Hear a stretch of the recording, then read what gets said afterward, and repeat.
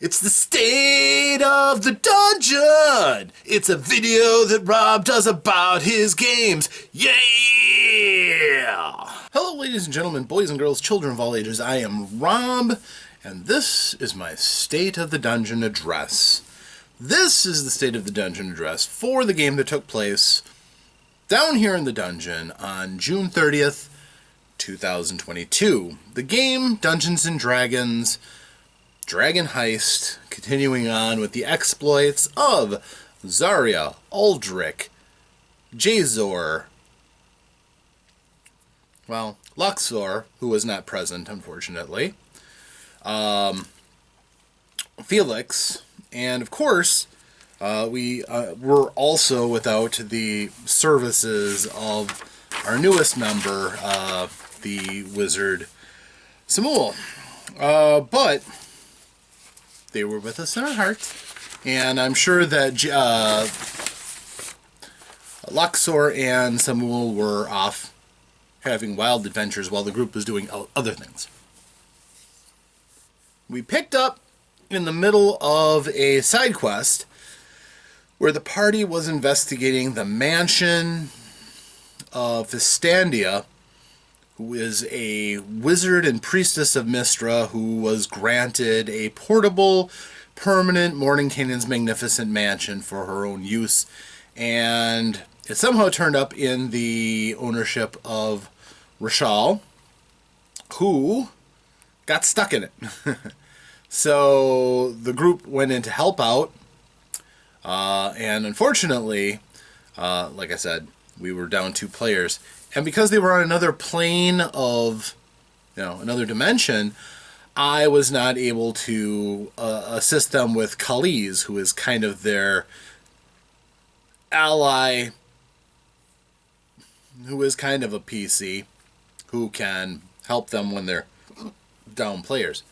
So I don't have to, drastically defang anything. Well, in this particular case, the adventure was originally written for first level characters, so I was ramping everything up since they're second level anyhow. So it worked out pretty well. So the group had just gotten finished defeating a swarm of animated books in the library of this mansion. While that sounds like that's a terrible thing to go blasting a wizard's books, they needed to because they were trying to kill them. So it actually didn't harm any of the books, it just knocked them out from continuing to try to kill them. They found the book that had a clue letter to the phrase that they needed to know to unlock the doors that lead back to the real world where the book is residing. They were trying to find all of the books. Each one had a letter for this word. I'm not going to relay the word here in case you yourselves actually play it, but there were 7 letters in the word, and they were going along. They had found this one. And from the library room, after they had finished investigating the library thoroughly, they went through a door that led out into a patio, out facing the purple miasma that swirls around this extra-dimensional location. They get a very bad feeling about that, so they decide to not go off into the mist. They take another door that leads them back into the main central hall of the first floor. This means then that they have completed the circuit of the first floor. They've checked all the ground floors and the basement level, so there's nothing stopping them from going upstairs now, which they proceed to do. Jazor goes first, and as he goes to the top, he sees that the upper landing, there is a suit of armor at the end of the hall in front of a large window, and there's a couple doors out of here. Well, obviously the suit of armor is something they looked at, and they do know that there's a mimic on the loose, so suit of armor, perfectly normal. As a matter of fact, purely decorative. It's not even a good suit of armor that you would wear for protection, but it's leaning on a long sword, which is pretty nice, and has a very nice helmet on the armor, which, again, is functional. But all that being what it is, they keep going, because it doesn't have any value to them. So they take a right, and they find a short hallway, And the next door they go through, there's two doors at the far end of the hall and one in the middle of the right-hand wall of the hallway. They go through the right-hand door and find a study. It's a nicely appointed study. It's got comfortable chairs and piles and piles and piles of books. Well, also there's a nice large hearth and a couple of swords crossed over the hearth decoratively. You know, the party sees books. They start looking for the books to give them the clue to get out. And as soon as they touch the books, the swords animate an attack. It's not a great fight. The party dominates the swords. I think the swords did minor damage, if anything. So that's how that went. The group is starting to get some nice armor classes, especially Jazor, so yeah. He made a pretty good tank for them for this fight. So after they beat the swords, they found a book, which was the book they needed from this room. Yet another letter. And I believe it was at this point that Aldrich's player figured out the word. They unlocked the door. But they were going to make a clean sweep of this. So, leaving the room, they went into the door at the end of the hall, which was the bedroom. Nice bedroom. Huge picture of a gold dragon. This big 4-poster bed with crimson sheets. A few other, odds and ends, but by and large, proved somewhat disappointing for a group who was hoping for another challenge, another encounter. This room really was not that. So, still, it was something to look at and look into, which they did. And by and large, the group has been getting rather fortunate in terms of... everything's crashing. Dodging anything that was going to drastically hurt or injure them. They were doing pretty well for themselves, all things considered, which is good. The only other thing out of this place was a balcony, which again had nothing. Part of this, if this was going to be accused of being a downer for anything, it's that it was a nice set piece, and this mansion would be a wonderful thing for the party to get and keep for themselves, but there were a lot of places that just had not much. So, they did what they could. Oh, and they met another cat. There's cats all over in this place because Standia and her partner like cats. So after examining, they found another puzzle book. They found another letter that they needed. And they went back to the landing and went through the other door. And this one had a alchemical laboratory. Oh yes, they were happy to see this. Now, Aldrich is not an alchemist. He does not have the skill with alchemy tools. He's working on it. But he looked at this place like, ooh, loot. Well, that's kind of daring, getting ready to go into a much more powerful wizard's home and looting it to the ground, but that is kind of the adventurer way, is it not? So he looked into trying to swipe as much as he dared to swipe to try to build up an alchemy kit for himself. Those things aren't cheap, and nor are they free, and they are strapped for cash. What Jazor and some of the others notice is that there's this beautiful star map above the door, almost covering one wall of this laboratory. Gorgeous. Jazor is a paladin of Selune, the goddess of the moon, so he is very interested in celestial bodies. And he actually had his divine senses up, looking for evil, looking for anything that might be an issue. And he noticed up in the map, he noticed that there were slight whirls of energy radiating out of the 5 brightest stars in the celestial sky. This was interesting to him, but ultimately he didn't really see that as anything too significant. And the group, after looting it a little bit, went through the next door out of this room and found themselves in a very illusionary room. Instead, it looked like it was a grassy knoll outlooking There was trees around in this great clearing, and the sky overhead showed all of the stars of the sky, even brighter than they normally would be in the real world. So it was kind of an astrologer's dream to have this beautiful vista overhead, and there were 5 brass telescopes at various points on this knoll, and in the center, at the top of this knoll, is this crystal orb. So after they dithered around a little bit, they just kind of didn't really have any interest, except for the Aldrich mostly. I was sure there was something else here. There had to be. You know, this seems like a novelty, especially since it's illusionary. What are the odds that the stars are even going to be, you know, in motion with the cosmos and actually being useful for anything of that, you know, an astronomer, an astrologer would have? And after a few moments, Zarya, who this kind of puzzle isn't really her jam, she was looking through one of the telescopes and looking around. And while they were doing that, she noticed that some of the stars were really, really bright, so bright that it hurt to look at them.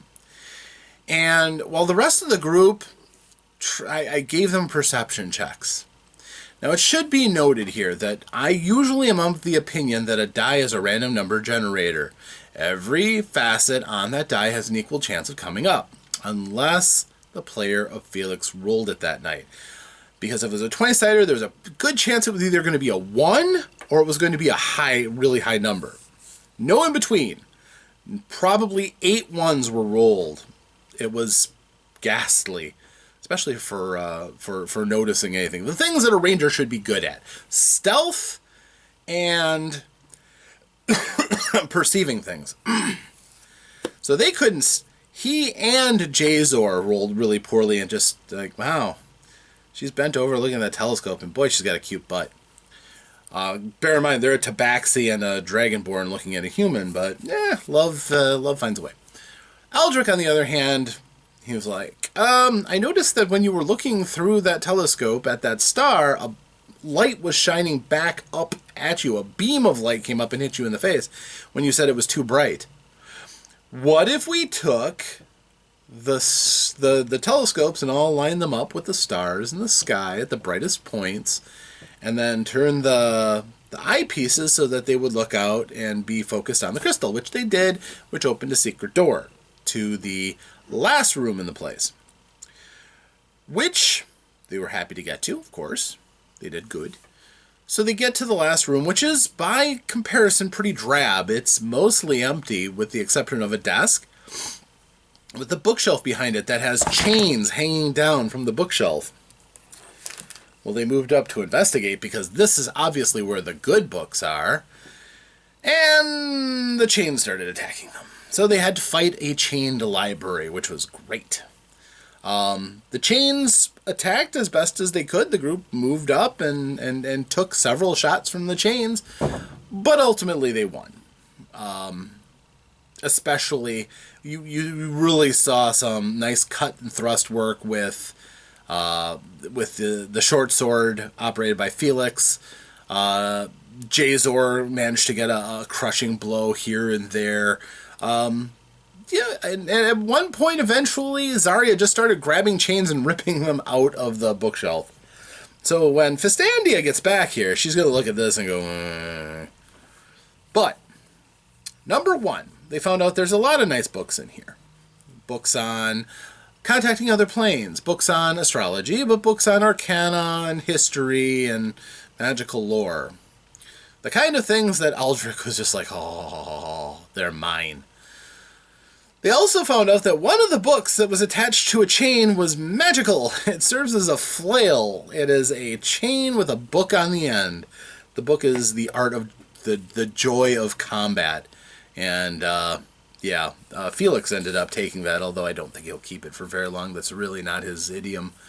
But, who knows? But it's a legitimate magical weapon. And, they of course, found the last letter book they needed, but they already guessed the word. And after having looted the room, to their satisfaction. They got ready to go back down. That it's about time, and they checked the attic first real quick and found out the attic was empty, except had they gone up earlier. The trapdoor to the attic was right at the head of the stairs. If they had gone up earlier, they would have seen a hint that they could have forced their way down into the secret room if they hadn't found the way to get there by the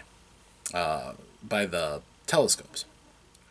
So they didn't need to do that. They were cool that way. I think next time I might even give them all a point of inspiration for that.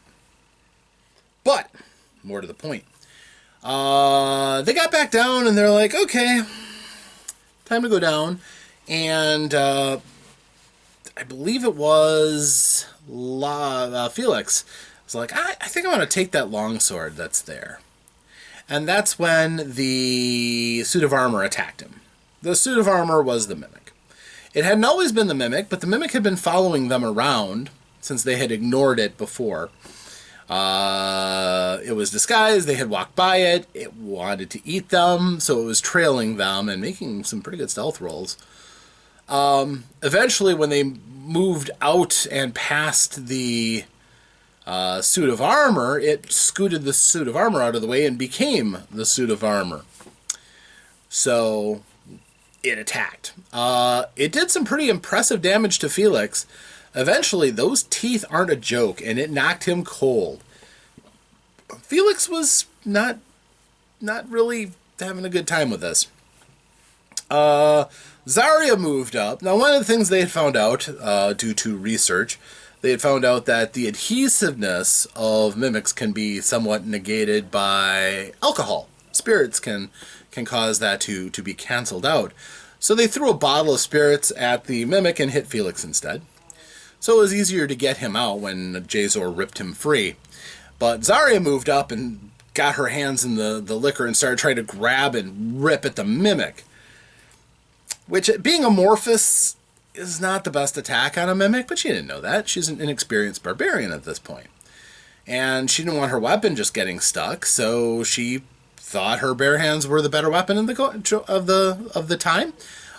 She was holding it in place, certainly. This thing was not used to itself being grappled. It was used to being the grappler. So when the rest of the party moved up, Jazor got up got Felix up with a little lay on of hands, which was good because his arrows didn't matter if it got stuck in the mimic as long as they did damage. Also, Zarya was doing some damage, and finally Jazor came in with his sword and just finished it off with a massive smite. And that was basically the end for it. Aldrich, of course, was using magic and spells too. But they finished it off quite neatly. So, the next step, of course, they ended up, I think, taking the helmet and the sword.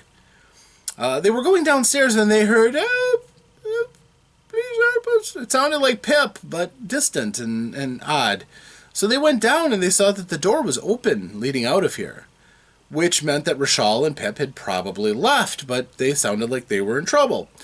So they run out the door to go and try to help, and they come back and they can see into the shop, the back room of Rashal's bookstore.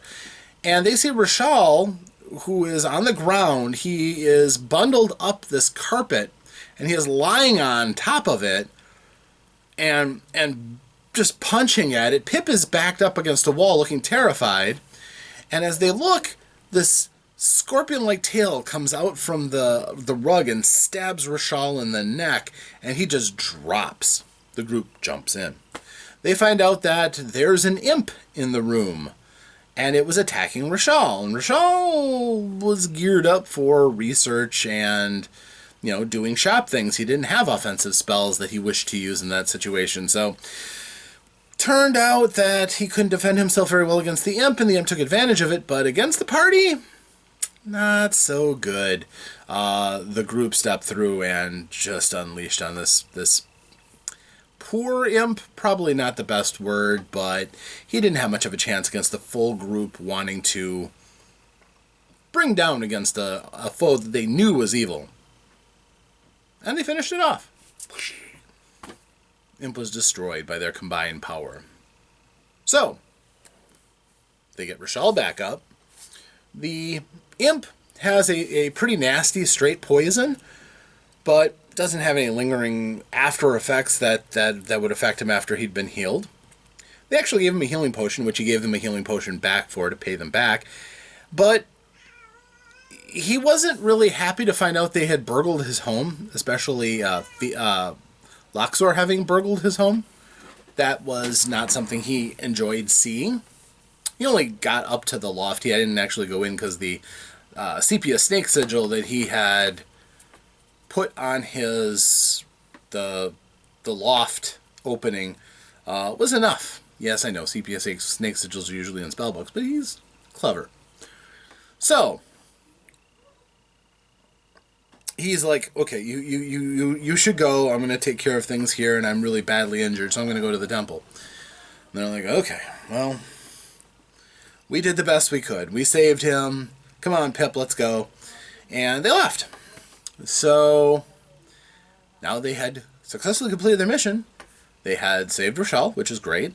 They had had a neat little adventure. Cool. They've got some new trinkets. And it turned out that with the help of a Tensor's floating disc, Aldrich looted every book of magic and history and the things he's interested in, alchemy especially, out of there. So he's got a pile of books. When Rochelle saw that, he's like, those belong to somebody else. You should not be taking them from her residence without permission. And he's like, I left a note behind saying where they are and where she can pick them up. So I did the best I could. Uh-huh. Okay. I'm sure that's not going to have any negative consequences. So the group went off to go back to try to heal up after their beating they took. Now, not everybody was beat up, granted. The Mimic did a lot of damage. And the group was like, we are ready to take a long rest. But the thing was, it was early afternoon. You know, they had already had a full rest in the morning. But after this, like I said, it was a side adventure. They got through it. I'm like, okay, if you want to take 8 hours, that'll take you until about 9 o'clock in the evening. So it's going to be nighttime by the time you guys are up and ready to go about. And they're like, oh, well, that's great. We're going to go hunt that drow tonight. So this is fine. Aldrich hadn't gotten injured, and a short rest, and he could get his one spell back. So he actually was free to move around and take care of a few details as he was wont to do. It wasn't anything to the greater party as much. So, well, yeah, it was things that made sense for him to be interested in and do. But by and large, when the group got together again, they were ready to go down to the docks. And they kind of had a plan, sorta. It was to have Aldrich, looking like an elf, because he is one, and looking drunk and disorderly. They got him some commoner's clothes. And the famous, what do you think, I always walk around in noble clothes? Do you have anything else other than noble clothes in your character sheet? Well, no, but, well, then that's all you've got. You use prestidigitation to clean your clothes so you can stay in the same set. But that doesn't mean they're a different set. So he got some commoner clothes. And he went out onto the docks to do this. Now, the group had this kind of a vague idea of how they were going to case this out. He was going to be on the docks. The others were all going to be hiding. They were going to be hiding in different places so that if one rolled badly, it didn't take away from the whole group. Of course, Felix climbed up onto a building facing the docks where Aldrich was. And Jazor wanted to go underneath by the pilings of the dock, which it would be out of sight. His great strength and mobility would allow him to get into the scene relatively quickly, though. So staying out of sight in armor is probably the best he could hope for. Zari, on the other hand, hid behind a pile of barrels. Just, she is pretty quick and quiet because she doesn't wear armor. So while they were doing this, observing, figuring out what was going on. They didn't even know if a murder was going to be taking place that night or anything else. It's just a matter that Aldrich was trying to pose as the best murder target he could. And to the point where he almost got roughed up by some thugs for the little coin that he had. As it turned out, he did get a sock in the gut, but, for the most part, he was unmolested for a while until I had everybody make a perception check. And did I tell you that Felix's character was rolling a lot of ones that night? Yeah, he did. And it just so happened that the person they were hunting also rolled a really, really, really low roll. These two had to get together. So Felix was going, and he heard something on the breeze, and he turned his head, and he fell off the building. Right on top of a drow with a gun. Yes, they found their quarry by accident. That's how it goes sometimes. So, splat! They both fall ungracefully to the ground. And, this drow is quick and pretty lethal. He's got 3 pistols and a musket. The musket wasn't really in play at this point because it's not a close-range weapon, and it was kind of knocked to the side a little bit. But Felix is an archer, so Felix bounded away using his tabaxi speed and turned around and fired, but they went simultaneously. So when he bounded away and turned and fired, he was looking at the drow who had pulled one of his pistols and fired. Well, turns out that shot that he had was loaded. Not just with ammunition, but poison as well. So it hit and just about wiped out Felix with one shot. I do question this person being the target of a mission that was designed to be tasked out for very low-level characters. It's pretty nasty. But he fired. Felix is almost down. Felix returns fire.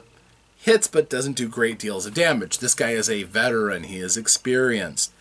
But the gunshot was enough to get everybody coming. So they started to run to help out. Well, the next round, he pulls out another gun and fires. Felix fires again. They both miss. Just how it worked out. They couldn't hit each other. But on the next round, just before everybody else got there, Felix hit him one more time for some damage. But he grabbed the musket.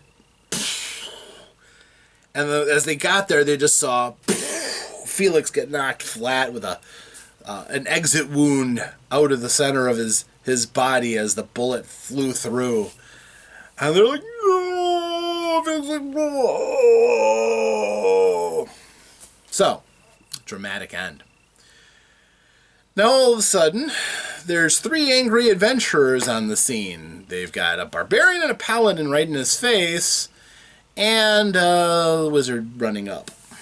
So, he really wasn't interested in a long and prolonged fight, so he eventually turned to run away. They did hit him a bit, but he was interested in protecting his own skin more than anything, so he turned and ran, figuring that he'd have a pretty good chance of, getting away. Unfortunately for him, Zarya was really determined, and she's very athletic and able to keep up with a fleeing drow in an alleyway. There was bric-a-brac and refuse and flotsam and jetsam and detritus, but she was able to keep up with them. And I wasn't rolling so well, so she ended up getting to try to get her mitts on him, as it were. But her mitts involve this battle axe that they've gotten, which has the ability 5 times a day to hit with acid, doing an extra d6 of acid damage, along with being a pretty good battle axe. Well, she tried to hit him with that, and she missed badly. And, of course, also running through was Aldrich, who is a battle dancer, or a spell dancer, he had his rapier, and he used his booming blade cantrip, which he loves dearly, to stop his retreat. That makes sense.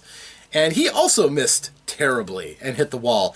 And both of them hitting the wall with magical weapons caused the wall to buckle and collapse, which fell on Aldrich and pinned him down. Minimal damage, though. He's not really hurt. He's just half buried.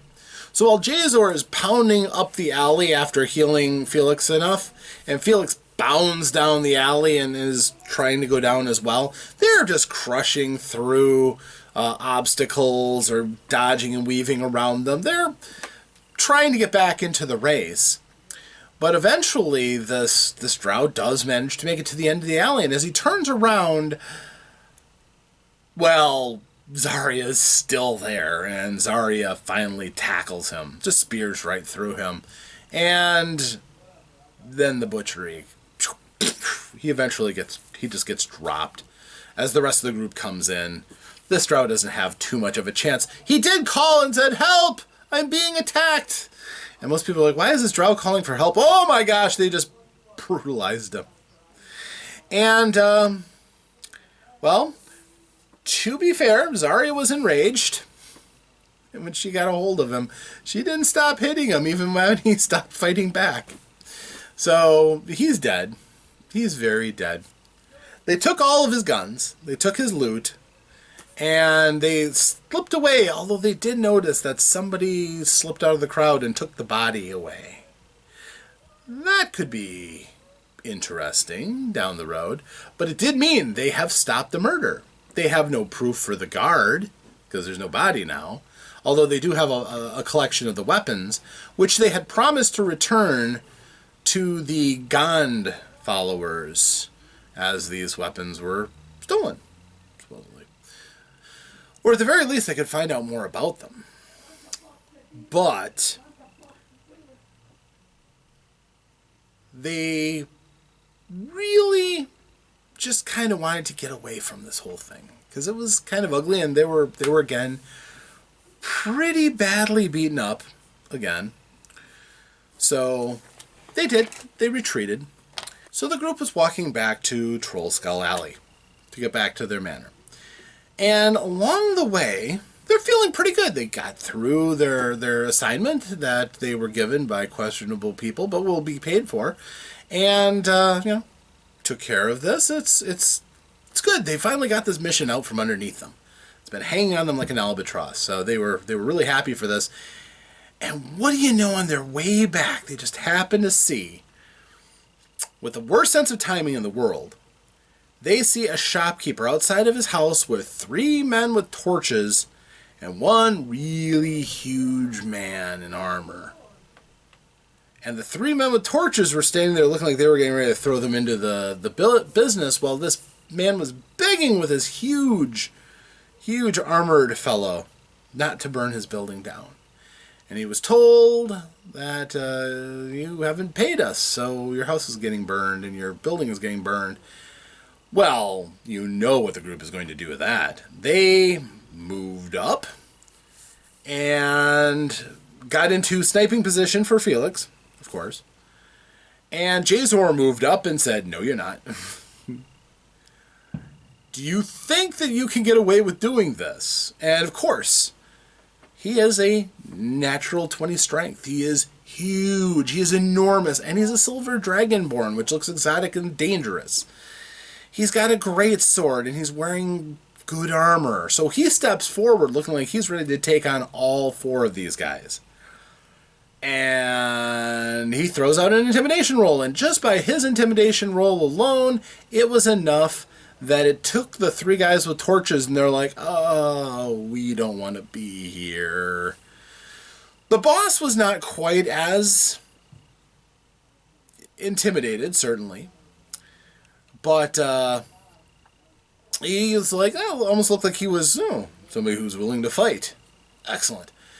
But then that's when Aldrich stepped up next to him and said, "Well, would you really like to attack a citizen and end up going to jail for that? Is it worth it? You're not getting any money here, so is any of this going to be worth your while?" adding and helping with the intimidation check. The thing was, Aldrich wasn't in elven war wizard robes. He looked like a commoner because he was still in his commoner attire. So, he never told me he changed. So they weren't really going to be that impressed without him making a pretty impressive performance roll, which he made. So when the next intimidation check by Jazor was made, it was made with an advantage, and he got well into the 20s. The boss goes, nope, you're right. We don't really want to fight here. Yep, we're going away. Come on, boys. And they took off.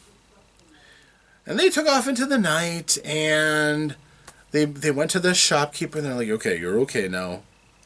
And then they started asking questions. They're like, who are they? Oh, they're a local gang.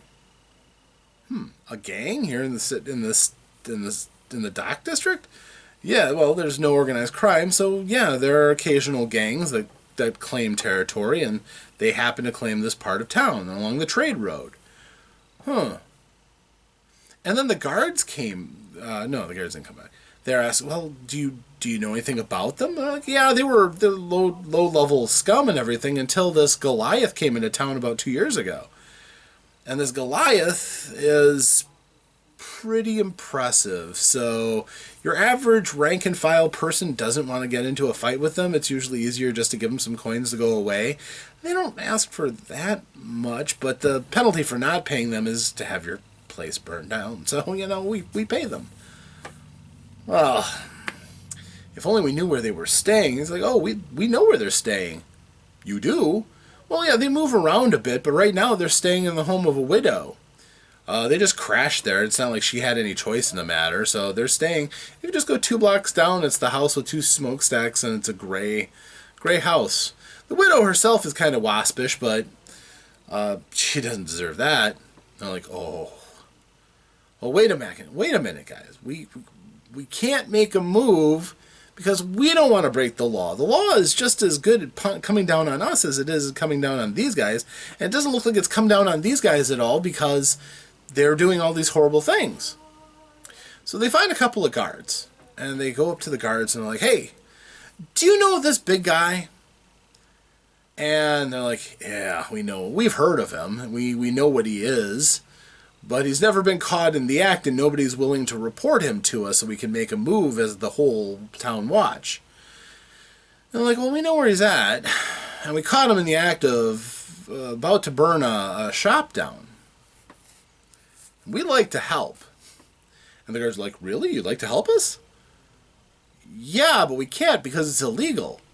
We can't draw steel and defend ourselves, and we certainly can't break it. The guard's like, you could if you were deputies. Yeah, but you can't deputize us. Darn right I can. Got some badges right here. I'm a watch sergeant. I could do that. You just deputize us right now to commit violence on these ganger types? Hey, we're with you. You're not going to be committing random acts of violence. You're going to be helping to round up a gang. Yeah, that's totally something I can do. Awesome! This is great. So they gladly took deputization, which really just involved getting a single brass button from this guy, each of them. And they moved to the place, and it wasn't hard to find. The directions they got were solid, and they found this gray house. Several windows were boarded up and smashed, but and the place hadn't been cleaned, it looked like, in a while, and we found excrement and garbage hither and yon. And they're like, okay, this is bad. We need to deal with this. So Felix scouts around, and he finds out, he is the knight, he makes a brilliant roll. He finds out that of the group, there's a total of 7 gang members. There's a couple upstairs, including one guy who's just got all the pots and pans of the house stapled to the walls, and he's just banging on them and singing off key. There's caterwauling going on. That's got to be annoying everybody within earshot. They found the Goliath. He's sitting in the great room, what would be the living room, just basically taking up this big couch. He's got a couple of his thugs with him. The old lady is tied up in a chair by herself in the kitchen, and she doesn't look like she's doing that good. Looks like she hasn't eaten in several days. And she looks mad more than anything, though. So Felix decides he's gonna save her. So, goes up to the door. Gets ready to break it down, or what, but he tries to get through it quietly. That's when that other one on that stealth roll came through. He is an amazing sneak when he wants to be, but when the dice work against him, there's nothing he can do. He rolled a 1, which is pretty low, and it certainly wasn't enough to notice that they had tied a bunch of metal bits on strings to the door so that when it opens, it makes a jangling noise that they can hear. So that happened. So instead, he's like, okay, well, I got to get to her. They had removed all of the interior doors in the house. So there's nothing for adventurers or lawmen to go, using the door for cover. And no, they'd taken those all out and they'd burn them in the fireplace. So he had a straight shot to get into the kitchen from the servants' quarters he was going through. So Felix bounds in, this tall, thin tabaxi, and he comes up and he's like, I'm going to try to cut her free. Well, she doesn't know who he is. She doesn't scream. She's been gagged, so she doesn't scream, but she kicks him in the knee as he comes in. He's like, ah! Do I hear them coming? I'm like, well, you definitely hear something. I'm going to try to pick her up and get out of here with her. After being reassured that she's only like 70 pounds. She's not very heavy.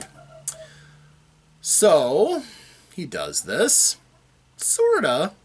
We have another one of those magical moments where I ask him to make a strength check, just to get her up. And he rolls another 1. Yeah. And I had her roll because, she has some malice for him. So she rolled well enough that even tied up in the chair, she twisted and she threw him into a cabinet. Poor Felix. His character will be amazing someday, but in these early days, the dice hate him so much. So, the party bursts into the main room. Zarya goes charging right in. Jazor right hot on her heels. Aldrich is just there, just kind of waiting for an opportunity. Again, they never ask Khalees to go with them. But that's okay, because this actually made this combat a little bit more manageable. So, they go charging in, and there are 3 goons, and there is the boss. Pretty straightforward. You would think the 3 goons, Aldrich, sleep. Well, these goons are a little tougher and only 1 drops. So there's still 2 goons. And obviously, they go charging in. Jazor goes right after the Goliath, because, that's the fight they want. But at this time, Felix is hearing somebody coming down the stairs, and it's the guy who was banging from upstairs. And his body has all these skewers running through his flesh. He's got pins and things going through his arms. He looks like very much an urban fetish shaman. He is a low-level bard, however, so he immediately uncorks a sonic attack on Felix, who resists, and ends up shooting him with another piercing. This one from an arrow, though. And this bard also has a groupie, this younger girl, only 14, who's just kind of throwing pub darts to try to help out her boyfriend, throwing these darts at Felix, and actually managing to hit, just not doing much damage. Well, the fighting in the main room gets really one-sided. They take the goons down. As a matter of fact, one of them trips and goes face forward into the fireplace. And he's out and burning to death pretty quickly. So it looks like it's going to be a mop-up job with Zarya and Jazor double-teaming this Goliath when this dwarf comes out of the bathroom. There's a bathroom in this place. And he's like, oh, fight, yay. Pulls out his chains and he goes berserk. He is a barbarian of his own type. More of an urban barbarian, and he fights with a chain. He's a nasty, nasty dwarf fighter type with his chain. And of course, when he's berserk, he's not taking as much damage. Jazor used his last smite on the Goliath, which dealt out a healthy helping of damage to him. I really kind of anticipated this was going to go into this great fight with Zarya against this dwarf and Jazor against the Goliath, but yeah, they just beat up the Goliath too quickly. He was taking a great amount of damage and even using his Stone's Endurance to blunt one of Zarya's attacks. He just couldn't repel that much firepower. And in the end, they're like, you should surrender. And he's like, I'd rather die than go to jail. And attacked until they finally took him down. Except that, again, Jazor healed him up enough so he didn't die. So he wants him to go to jail. That's fine. But the dwarf proved to be a bit more complicated because he's resistant and Jazor had no more smites. And Zarya was fighting him, but he was, again, not taking full damage. Nor was Zarya. So they looked like they were going to have a nice, long fight between the two of them. Two barbarians, both berserk going at each other. It was, again, a battle of attrition with Aldrich helping out a little bit here and there. With his spell powers. It eventually led to the dwarf losing. The group swept the gang. Even Felix eventually came through after dropping the young bard with a really big supercharged sharpshooter penalty arrow that just does massive damage when he hits with these. And dropped him. And the girl was screaming and screaming as her boyfriend was killed, and he socked her in the jaw to shut her up and knocked her out. He untied the old woman, who got up and started snarling about these degenerates and liberals as she went around starting to clean her kitchen. The guys they weren't very sympathetic that she doesn't like degenerates and liberals because they consider themselves to be rather liberal-minded. But in the end, they won clean.